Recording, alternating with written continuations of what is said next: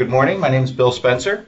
I'm a Senior Director for Microsoft Teams, and we're going to talk about Microsoft Teams, the hub for teamwork in Office 365, and its support for the government community cloud.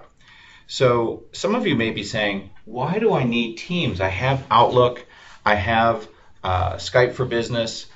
Why do we need another collaboration tool in Office 365?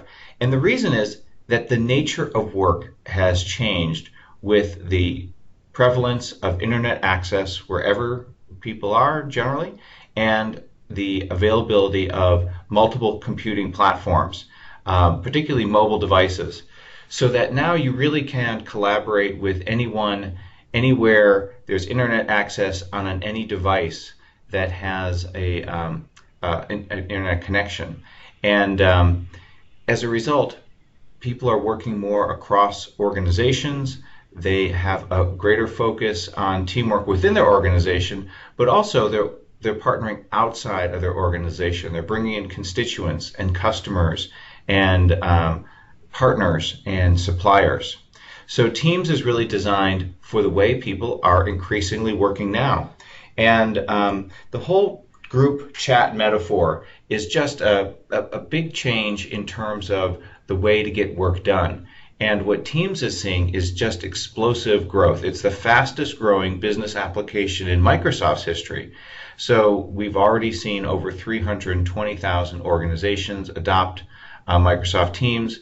It's very common in the Fortune 100, and it has great support for multiple languages. And already there's quite a few customers, over 50 customers, that have 10,000 or more monthly active users of Microsoft Teams. So I'd mentioned earlier that people are now using a greater set of devices to get their job done. It's no longer sort of the individual information worker in their office on their PC. You know, there's a greater need for cross-platform computing, and Teams is written as a web application, and that is wrapped for the Windows and Macintosh desktops. So there's greater integration with system notifications, better performance than just a web application. But because of its design, the same features ship simultaneously on Mac, Windows, and the web. And it also has great support for Android, iPhone, and iPad. So if you have any of those devices, go to your device store, install Teams. I think you'll find it really useful. It's a free download. And you know, the Teams license is included in most versions of Office. And while we're talking about licensing, there's another great thing about Teams, which is guests are essentially for free. So if your organization permits you to include guests, you can invite people outside your organization in a secure and managed way to participate in your Teams collaborations at no cost to the guest and at no cost to your organization.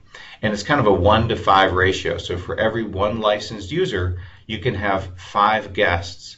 So if you've got 5,000 people in your organization, you can have 25,000 guests participating in various collaborations at no additional cost. So let's talk about the 4 design goals for Teams. The first is that it would be the one place for all of your team activity, bringing together group chat, apps, and meetings. The second, it's integrated with Office 365. So it really becomes this hub for teamwork because you can pull in all the various Office applications and services into a team chat experience. We call them channels, but other similar applications call them chat rooms. And these are places where you can collaborate around specific topics or specific projects. And each one of those chat rooms is customizable. So you can bring in just the applications and information that makes sense for that particular topic or project. And all of it is based on enterprise security and manageability. So, for your organization, they can use the same Active Directory for managing the permissions to join the various services in Teams. They can manage the information stored in Teams the same way they manage exchange email messages, and that's important for compliance and other purposes. But from your perspective as a user, the information is very secure. So Teams is perhaps the most secure of these group chat applications available on the market today. The data is encrypted at rest. The data is encrypted over the wire. Teams supports the relevant ISO and SOC standards, and importantly, the EU model clauses, GDPR, FERPA, HIPAA, and we've just in the last since July announced our support for government community cloud. So with that, I'm going to ask our partners at AvePoint, Skylar and Spencer, who are helping me on this demonstration, to take over the display. And I'm going to walk Skylar through the basic features of Teams.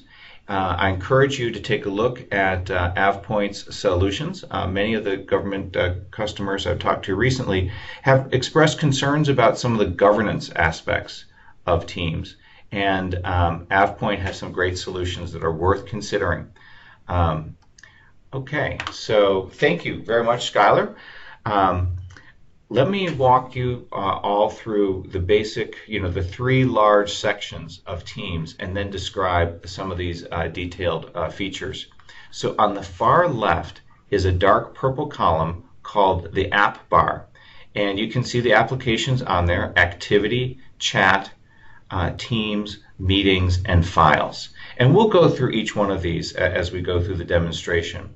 When you choose an app in the app bar, as Skylar has chosen Teams, it populates the white column, which we call the left rail, and then choosing an item in the left rail populates the light gray area on the right, called the main arena. Okay, so the app bar, you can think of activity as the inbox for Teams. And there's some changes you have to bring into Teams in terms of how you get your work done to take full advantage of activity. Chat is where you can have conversations with from 2 to 20 of your colleagues. And it's for informal ad hoc conversations. Teams is where you can have structured conversations. Each team can be up to 2,500 people in size, and you can have as many as 20 channels. And these are the chat rooms I was referring to earlier that you can customize.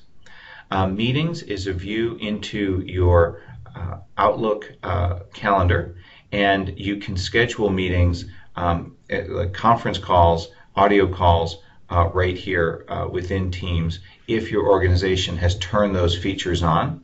You can also use the Meetings app to join meetings you might be invited to. So this conference call that we're all on is a Skype for Business call, but in the future you will be invited to Teams meetings just like this, and Teams is the next evolution of the Skype for Business unified communication infrastructure. And then the Files app is where you go to manage all of the files information.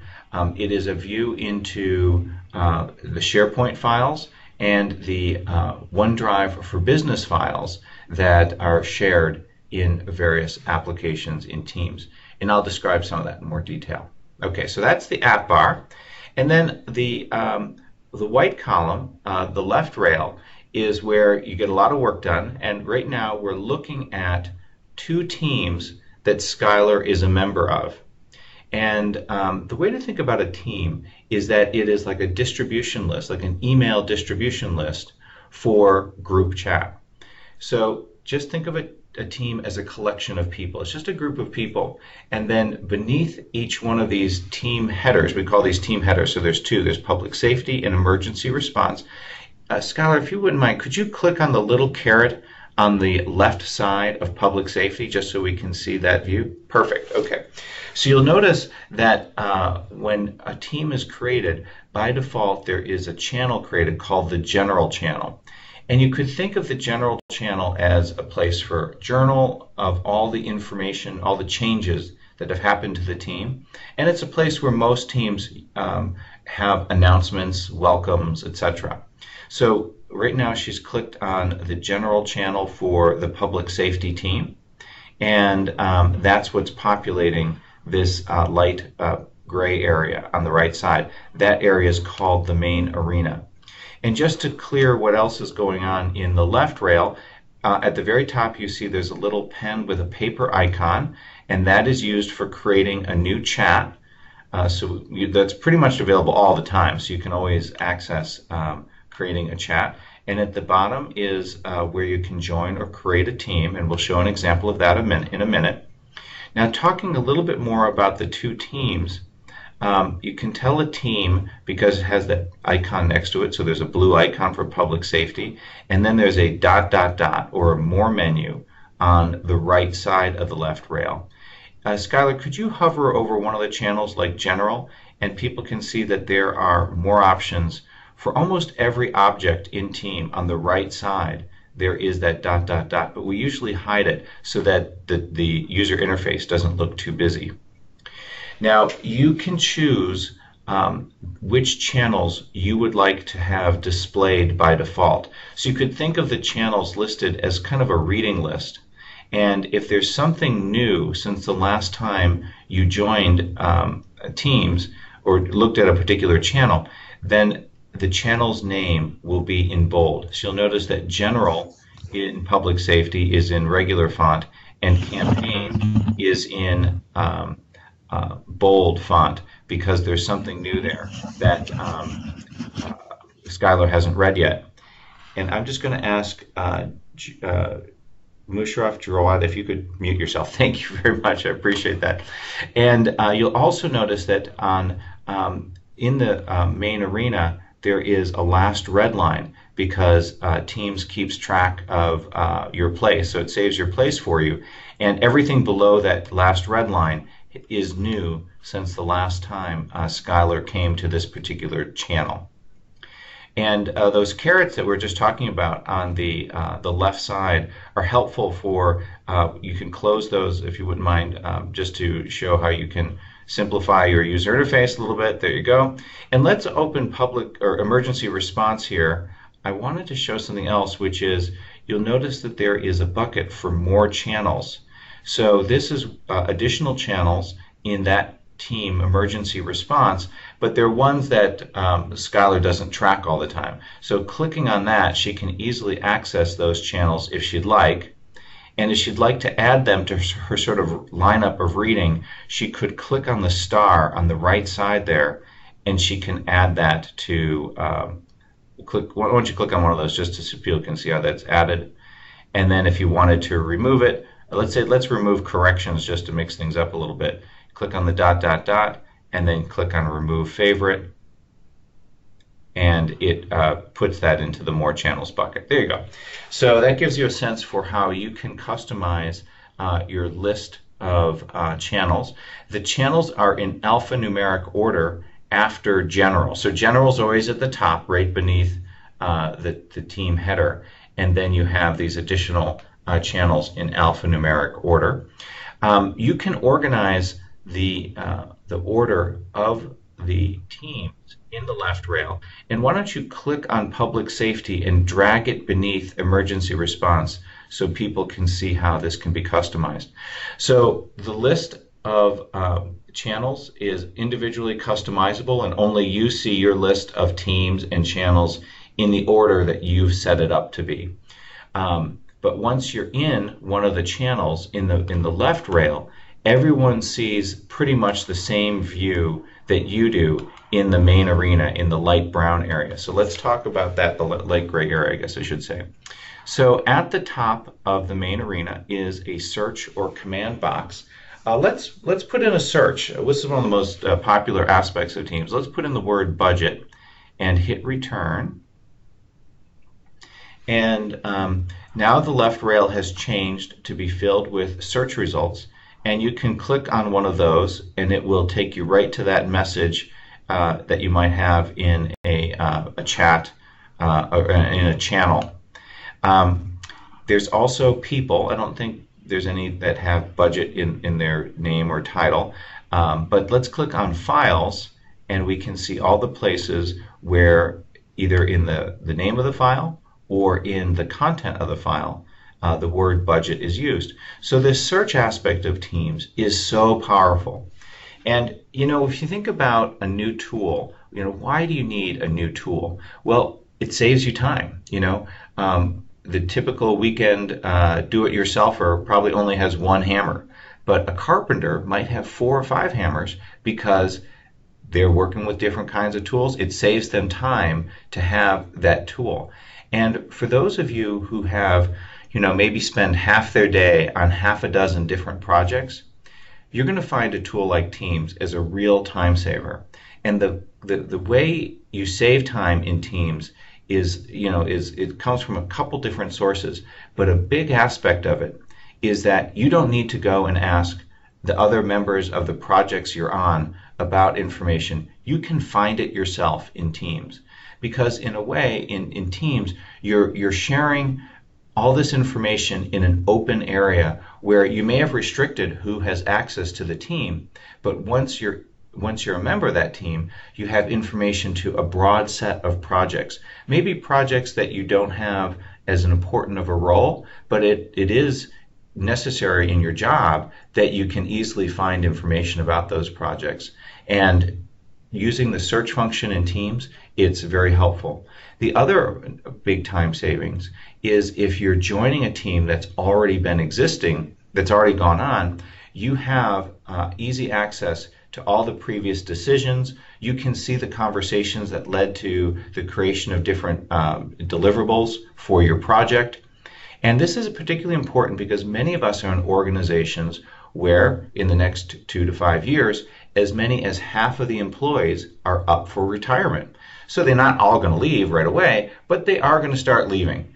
And it's important that we capture the expertise of those experienced employees, in a tool like Teams, and then the new folks joining are more likely to be comfortable with this group chat interface, and they'll be able to quickly capture or review, find out the group memory that's captured in Teams, and the organization won't skip a beat as you go through what could be a significant change from one set of employees to a new set of employees. So Teams is a great tool for capturing expertise as well as just getting your work done. And search is an important aspect of that. Now, right beneath search is the navigation bar. So we can see the blue icon for public safety, and then the channel we're in. So public safety is the team, and the channel is general safety. That ... is for the channel level. These are clickable, so you could click on public safety and see additional information about the team, the members, the channels, etc. But you don't have to do that now, Skylar. You'll notice that this is one of the teams in which we've invited people outside the organization. So it displays right there in the navigation bar that this team has guests. And clicking on that, you can see who those guests are. And to navigate back, let's go to the arrow in the upper left corner and step back. Perfect, thank you. And right beneath the navigation bar where it says this team has guests, there is the line of tabs. We call this the tab line. And I'll describe these tabs in a little bit more detail as we're building them. But Teams always defaults to the conversation tab. Then any files that are attached in the conversation tab are saved in the files tab. So we'll talk about conversation files, and then these other tabs are customized on a per channel basis. So let's click on Teams. Let's click on the Teams app because we're kind of still in the search result. And I just want to bring us back into one of these channels. Yeah, that's perfect. Okay. Okay. So let's click on the general channel under budget response, under emergency response. And I just want to show that tab lineup. Notice the tabs we've got here: decisions, project timeline, project budget, etc. Click on the general channel under emergency response, please, Skylar.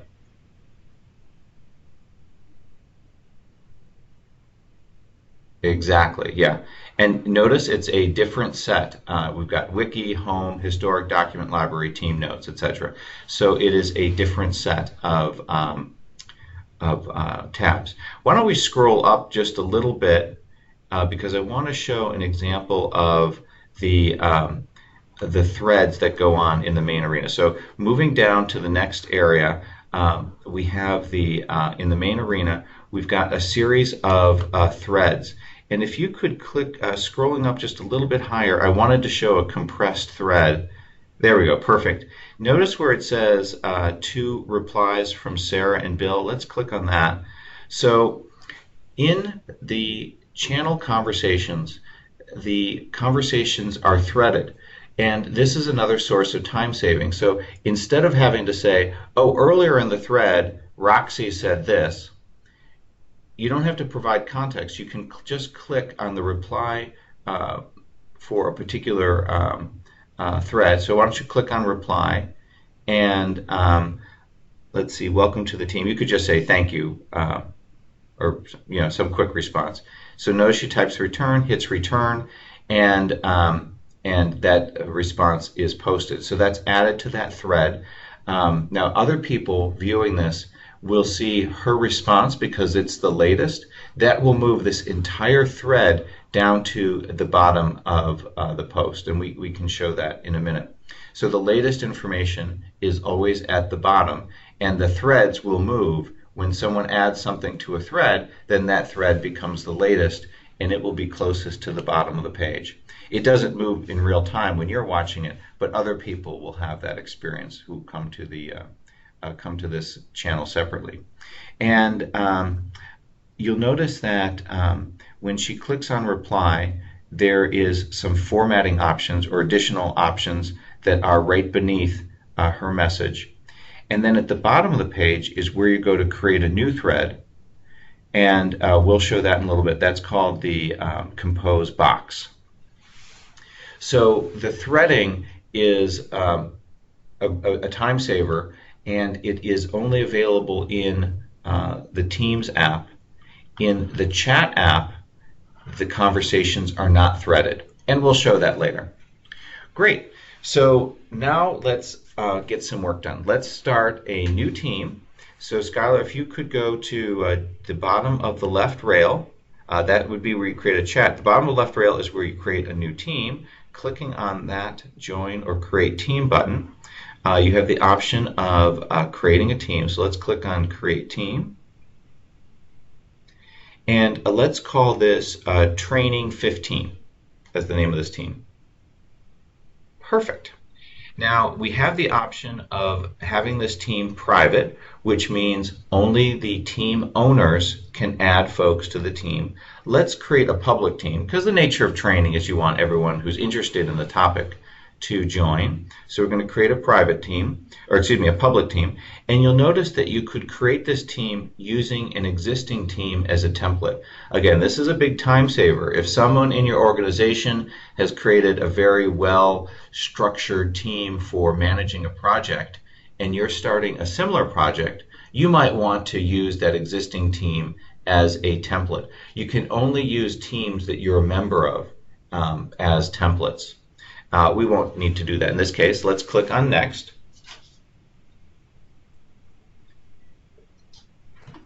And let's add Spencer to this team. Oh, you don't need an @ sign actually. No, that's fine. It works. It works. Perfect. And why don't you add me to the team as well? Great. And click add. And now we have the option of promoting Spencer and myself to owners. So let's, I think it's very important whenever you create a new team to add at least one other owner. Ideally, you add several owners.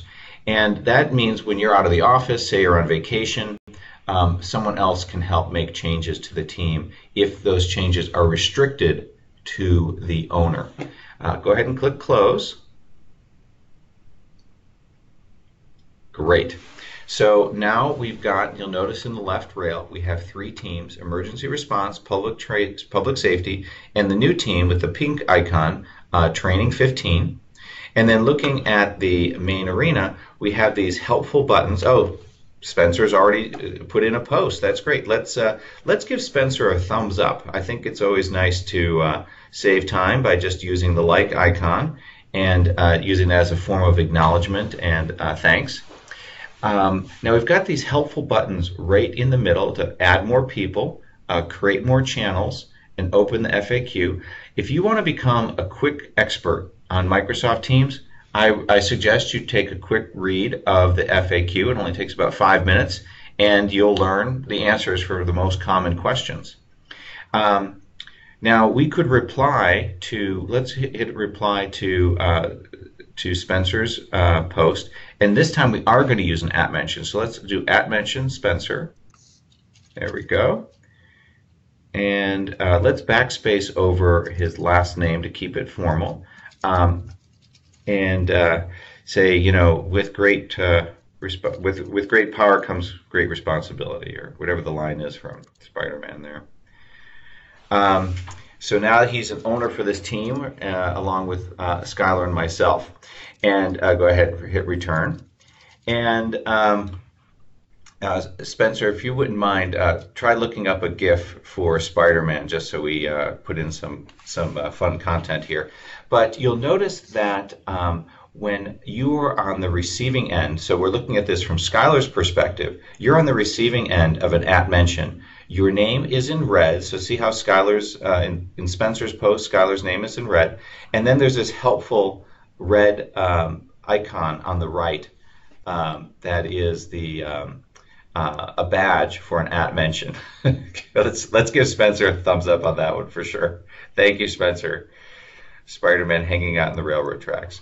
And then so there is a little bit of a difference in the view that you see versus other people, because when you're on the receiving end of an @mention, it's, you know, your name's in bold and red. And then when Skylar did an @mention to Spencer, notice that his name is in kind of a dark blue, and so it's not in the traditional black font. It's in a blue, and you'll see that that's an object. So, you know, you can hover on that and access you know, chat, calling, etc.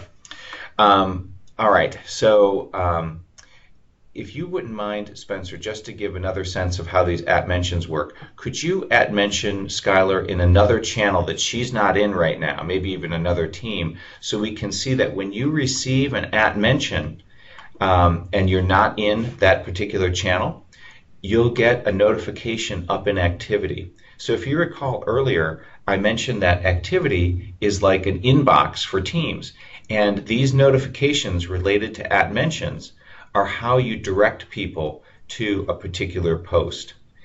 So what's, you know, again, a big time savings in Teams is that you don't have to read everything in Teams.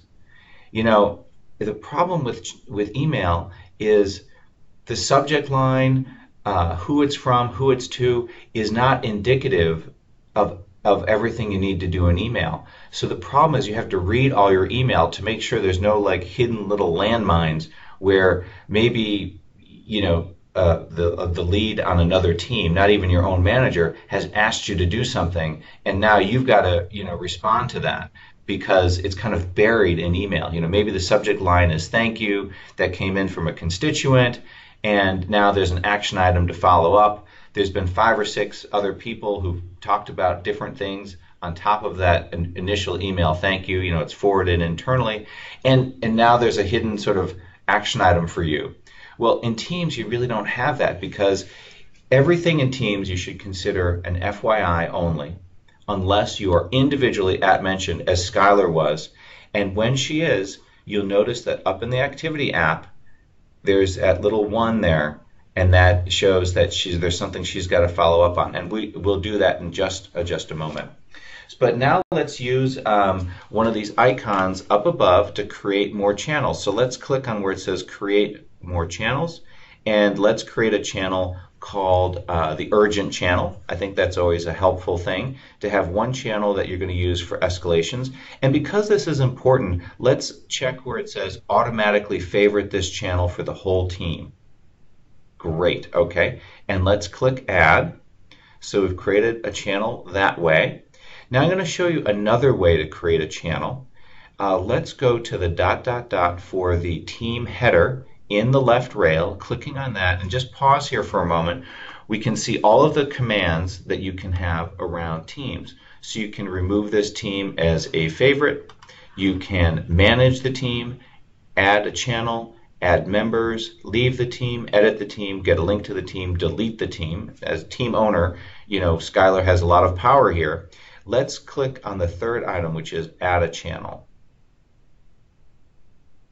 And let's create a channel called budget. And given the nature of budget, we're not going to make this automatically a favorite for everyone on the whole team. Okay, so now we've got our two channels. Let's click back on General and let's make an announcement about the urgent channel. So we can say, first of all, we should probably just put in a quick message, welcome to the training team, and hit return. So that's an example of a welcome message. And now creating a new post. I want to create this one in a more structured way. That's the simple way of creating a new post. Right beneath the word start, there is an A with a pen. Let's click on that. And you'll notice this gives us the option of using a subject line, and it gives us a whole set of formatting options. So this is a way to have your message stand out a little bit more, and we'll just create one of these. So let's have a subject that is the urgent channel. Perfect. And then notice where it says start a new conversation, type @ to mention someone. So we're going to follow that advice. And if you could do an @ mention for Spencer, and I always backspace over the last name, great. And then do an @ mention for, and start to type the word channel. And this will alert everyone, and then you can click on General up above there. Perfect. So this inserts the name of the channel, and everyone who has this channel as a favorite will get this message. Now let's also do @team. Start to type the word team, and it fills in the name of this, which is Training 15. Perfect. Okay, so those are three different ways you can @mention people. I really encourage you to focus on the individual @mentions. I have created an urgent channel to keep us all on the same page, and then hit return.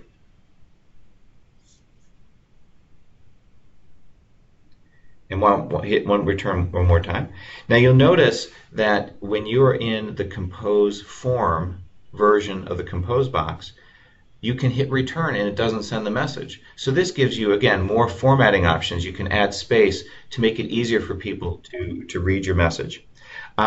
Please follow it.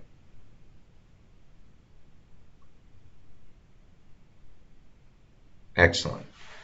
And let's show people how to follow a channel. So let's go to the urgent channel on the left rail, and we're just going to hover over where it is the ...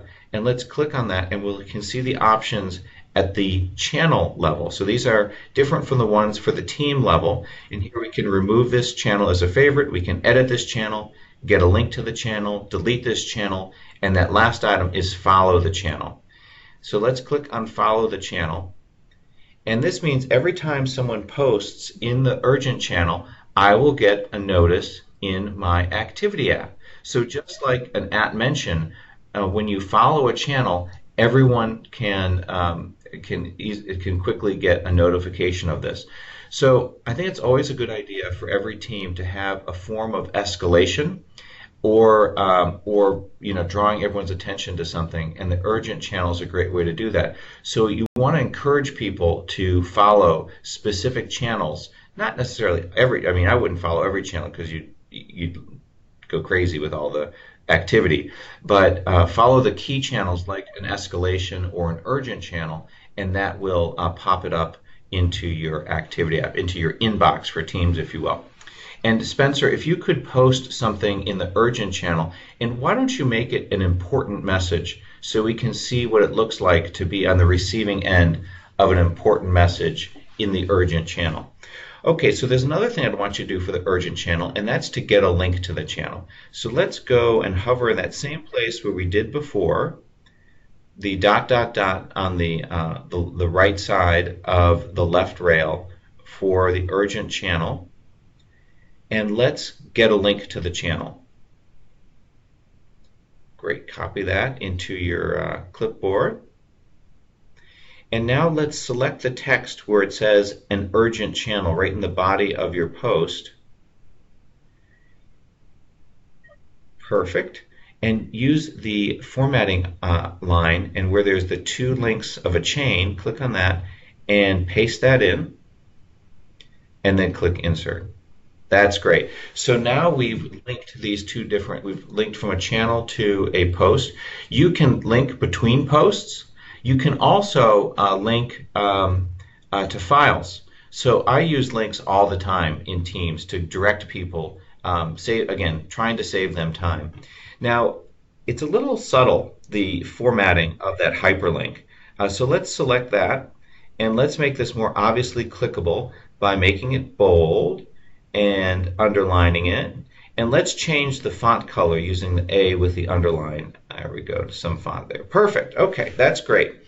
And let's finish this by putting in some whimsical features. So click on the smiley face with the circle around it, and let's choose one of these emojis. And then let's click on GIF just to see what that looks like. And let's choose a thank you GIF. And we get these Giphies you can't go wrong with a cat Giphy. And then let's click on the smiley face with a box around it. And these are stickers. I really like these. I particularly like the boy on the beach. He's all-purpose, and you can say, you know, go team. So these are editable memes. These stickers are editable memes that, again, help build a little camaraderie and teamwork on the team.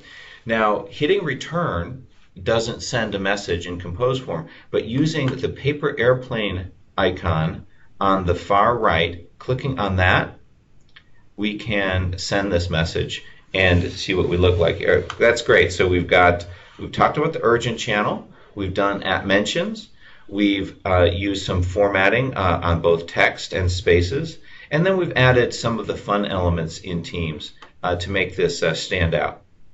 That's great. Now, I think something called the urgent channel deserves to be made important.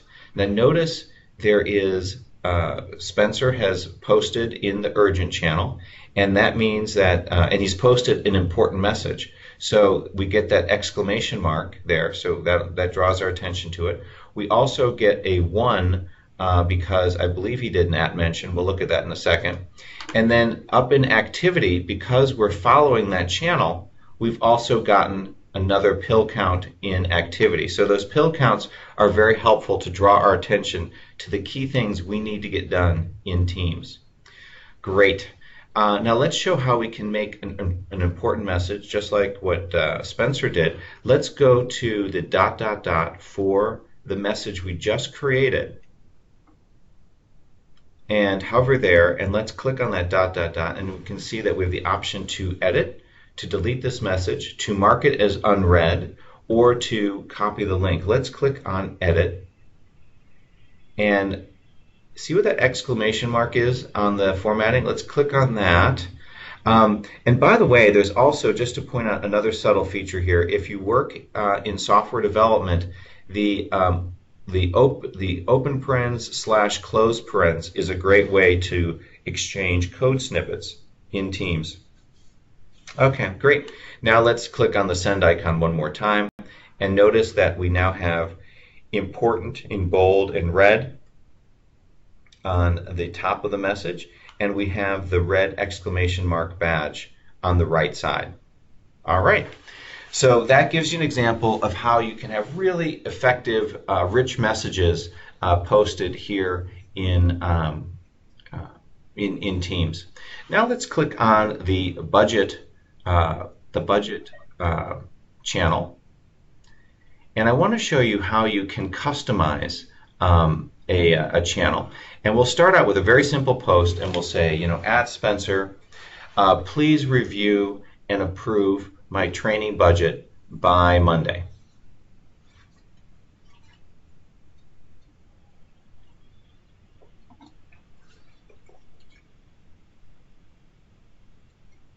And let's attach, oh, you went a little too fast there. Thanks, Skylar. Let's click on the dot, dot, dot, edit. And now let's click on the paperclip icon and attach a file. Now you'll see what Teams is doing in the background is it's opening up a new folder in SharePoint to save all of the files that we attach. And we can attach from recent files. We can browse teams and channels to bring in files from other teams that we're a member of. We can pull from OneDrive, or we can upload from our computer. So in this case, let's upload from our computer, and we'll get the project budget and the project timeline.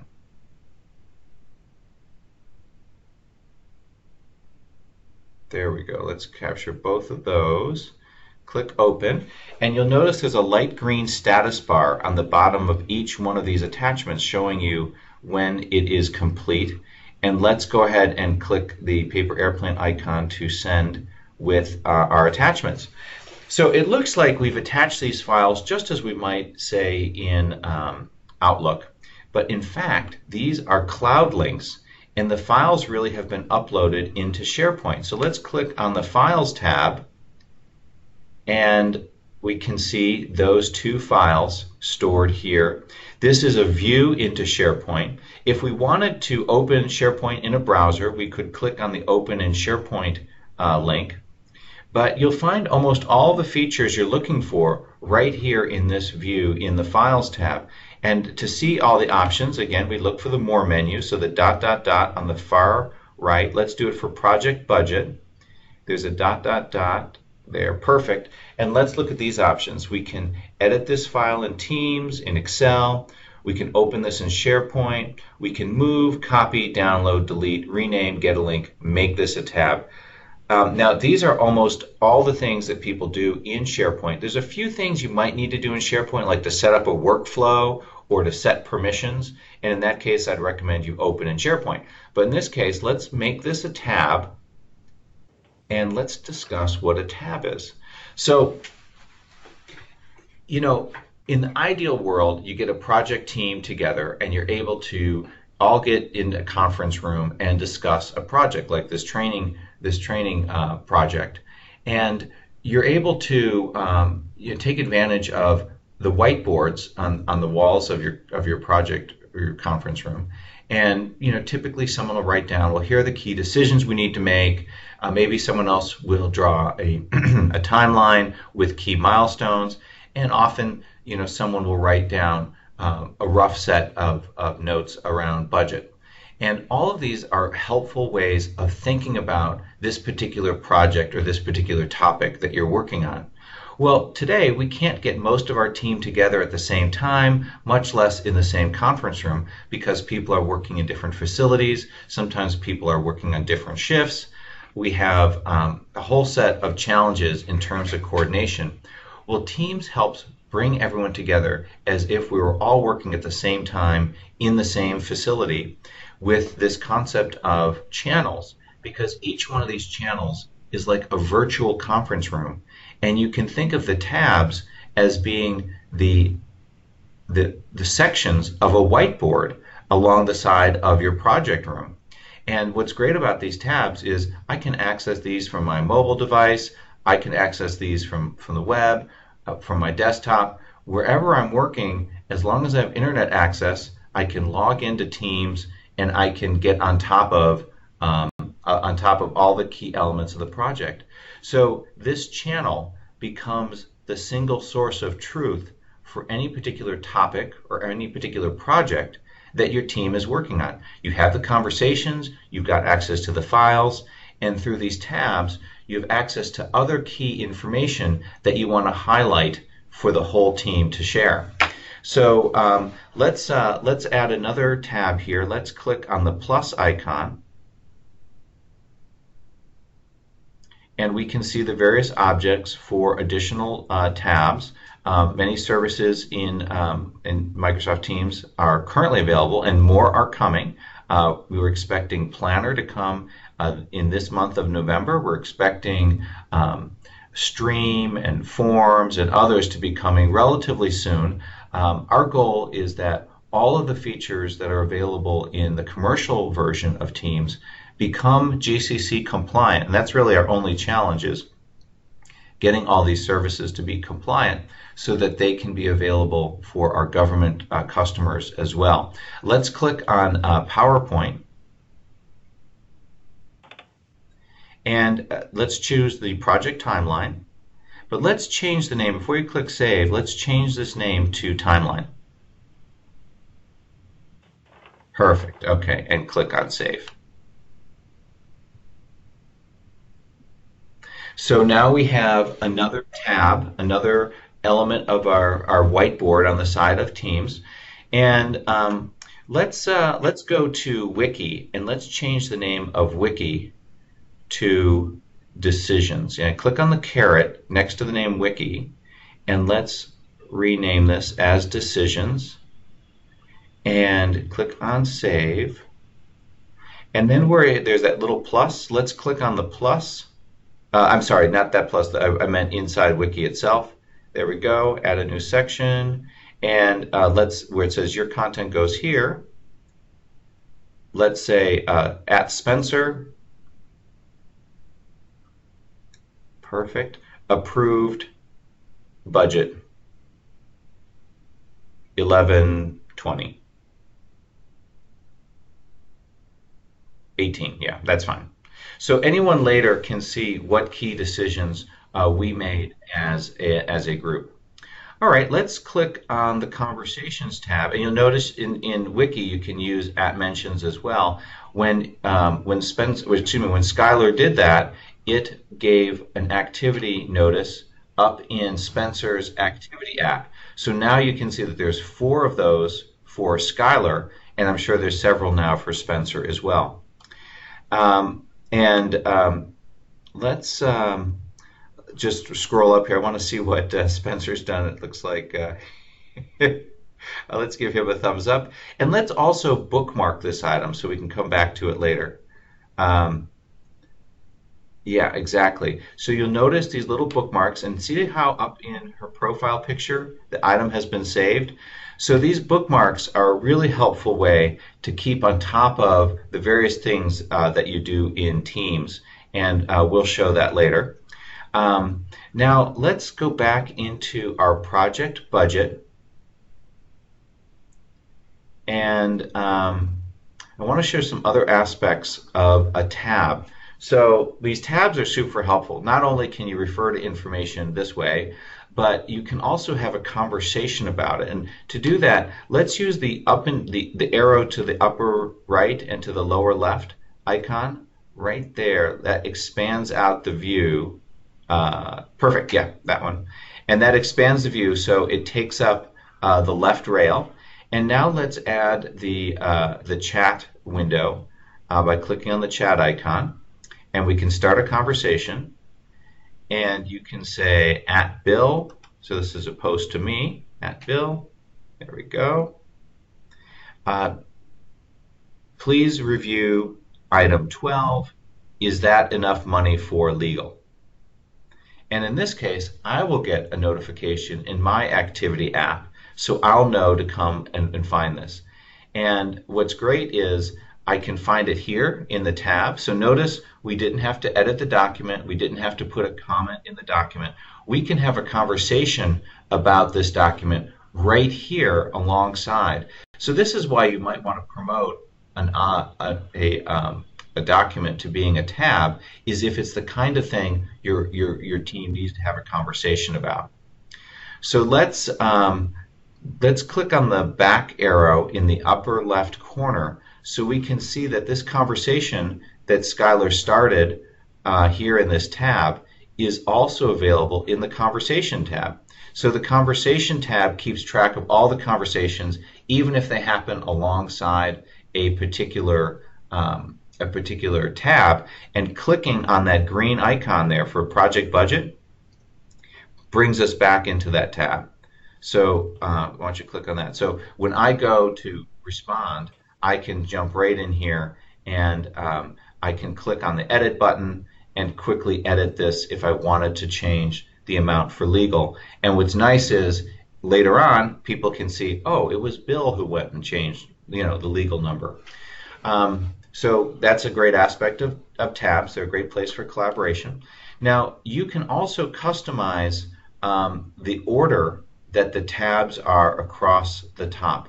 So if, let's say, the timeline becomes more important than the project budget, once the project budget is approved, you can move that timeline up, and everyone on the team will see the tabs in these orders. And what's so helpful about, channels and tabs is we have project meetings, and we'll get together and we'll be on a conference call, and we'll just walk through the tabs, capturing notes, capturing action items, making decisions together as a team. Even though we're all in different places, some people might be working on their phone while they're commuting. Some people might be at their desktop. Some people might be in a whole different country. And we can all work together in this one place. So again, the team, the channel, becomes the single source of truth for any particular topic or project. And we've brought together all the aspects of all the information related to this topic in this one particular channel. Now, clicking on, notice the tabs we have: decisions, timeline, project budget. Now let's click on the urgent channel, and you'll see that the tabs have not changed in any other channel. We've only customized those tabs here within the budget channel. Okay, so that is a relatively quick overview of teams, channels, and tabs. Now let's talk about some of the other apps. We've only got about 5 minutes left. So you'll notice in this response, and let's bookmark this item because we want to meet up in person with Spencer. And you can maybe do a quick reply, see you when I get to the office.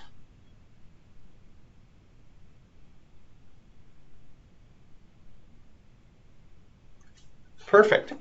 And now let's talk about where these bookmarks can be easily accessed. And quite often while I'm commuting, I'm working on my mobile device, I'm checking my activity app all the time, and often I will be bookmarking items to come back to later.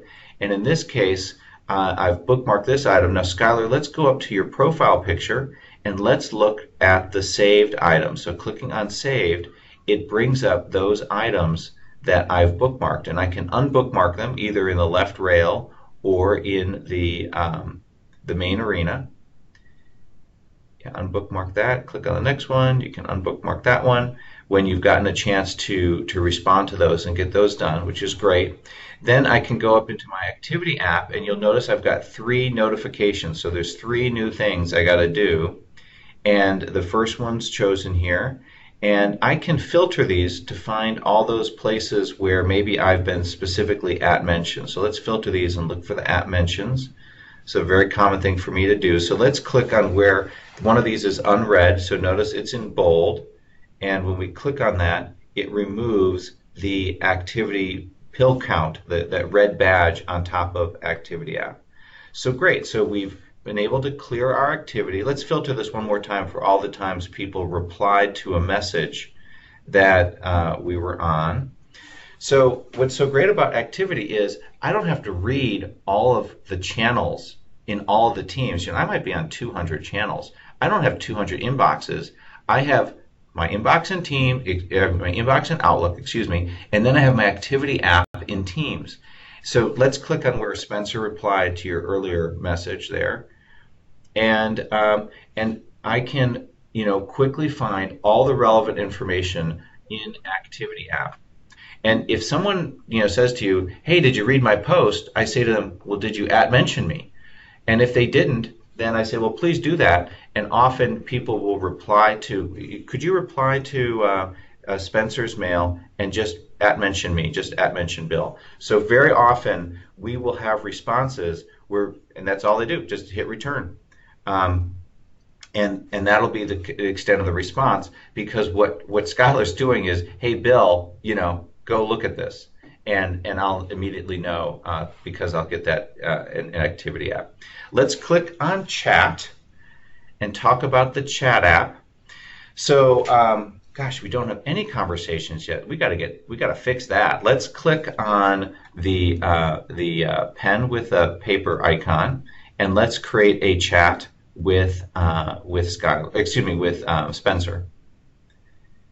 And let's say, hi Spencer, do you have any training materials? And you can do @ mentions here too, by the way. So you can have a side conversation about the training materials before you pull that into the overall team. And actually, chat is probably the most popular. It's where most messages happen, is in these side conversations in chat. A couple things about chat. You'll notice that there's a different set of tabs. So there's conversations, files, organization, which is pulled from your Active Directory, and activity. So clicking on activity is kind of like doing a search on Spencer's name. I can see all the places where Spencer has posted. Now, clicking back on conversations, you can see when Spencer responds that I don't have the option of threading here in chat. In chat, it's a simple post and response, post and response. You don't have the ability to respond to a particular post. So it's a simpler form of communication. And clicking on the plus icon, we don't have the option of a lot of different tabs. I think we just have Power BI. Yeah, so we just have to add a Power BI. Now, I find this very helpful because we have reports in my area, and I like to add metrics to everything I do. So I have one-on-ones with members of my team and also with my direct manager, and we have a Power BI report related to our work for each one of those. So I use these chat conversations as management tools. Okay, let's click to close this. Thank you for that post. Let's give Spencer a thumbs up here. And let's, so Spencer's suggesting we add myself. To do that, let's go up in the upper right corner. And I hope he doesn't think I look like the guy in that picture. That's kind of funny. Let's put in, you don't do an @ sign, but I guess it works. And then choose me and click add. So now we've got a three-way conversation. And you could say, hey Bill, do you have any training material?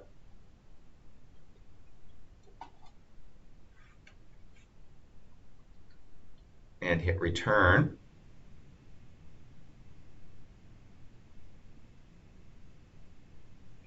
Great. And you'll notice when there are 2 or more other people in a chat, you can rename this chat. So let's rename this as Training LT. So in Teams, everyone can see all the content and all the channels. If you want to have a separate conversation with a group of up to 20 people, you can do that in chat, and you can rename these so that they are more indicative of, say, a leadership team conversation. Now, why don't we right-click on Training LT in the left rail? Because what I want to do is pin this as being, click on that, and let's pin this. You'll notice the other options. Why don't we click on the ... one more time so people can see. You can unpin, you can mute, you can leave the chat. That's kind of helpful, actually, sometimes. Chat is a great way to share information. Any files you attach in chat, so the Files tab, that's actually stored in your OneDrive for Business. And to see that, let's go into the Files app in the left rail. The Files app on the app bar. Perfect. And then click on OneDrive. And see that folder that's called Microsoft Teams Chat Files? Let's click on that. If you had any chats, and well, actually, good. Earlier, she must have shared this project budget. as attachment in a chat conversation. So here it is stored in her Microsoft Teams chat files in OneDrive for Business. Well, thank you very much, Skylar. Thank you, Spencer, for your help. John, I appreciate answering all the questions. And thank you, everyone who is able to join. We're at the top of the hour. This has been a quick overview of Teams. I really appreciate your time, and I think you'll find Teams a big time saver. I save at least an hour a day because I have so many projects that I've moved from, say, Outlook into Teams, and it's much easier for me to find information and to stay on top of all those different projects.